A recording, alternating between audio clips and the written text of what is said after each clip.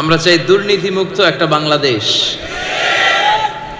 যে বাংলাদেশে মানুষ থাকবে স্বাধীন, তার কথা বলার স্বাধীনতা, তার সব ধরনের স্বাধীনতা যেখানে নিশ্চিত হবে, যেখানে খাদ্যে ভেজাল দেয়া হবে না, ওজনে কম দেয়া হবে না, মাছে ফরমালিন দেয়া হবে না, যে দেশে টেন্ডারবাজি থাকবে না, চাঁদাবাজি থাকবে না, কোন সুন্দরী নারী রাত্রিবেলা একা একা হেঁটে যাবে, তাকে ধর্ষিতা হওয়া লাগবে না।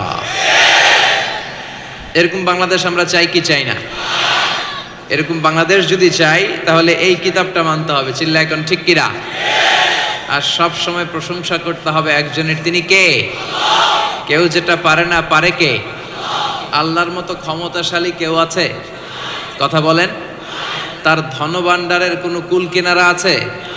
তার দয়া মায়ার কোনো পরিসীমা আছে?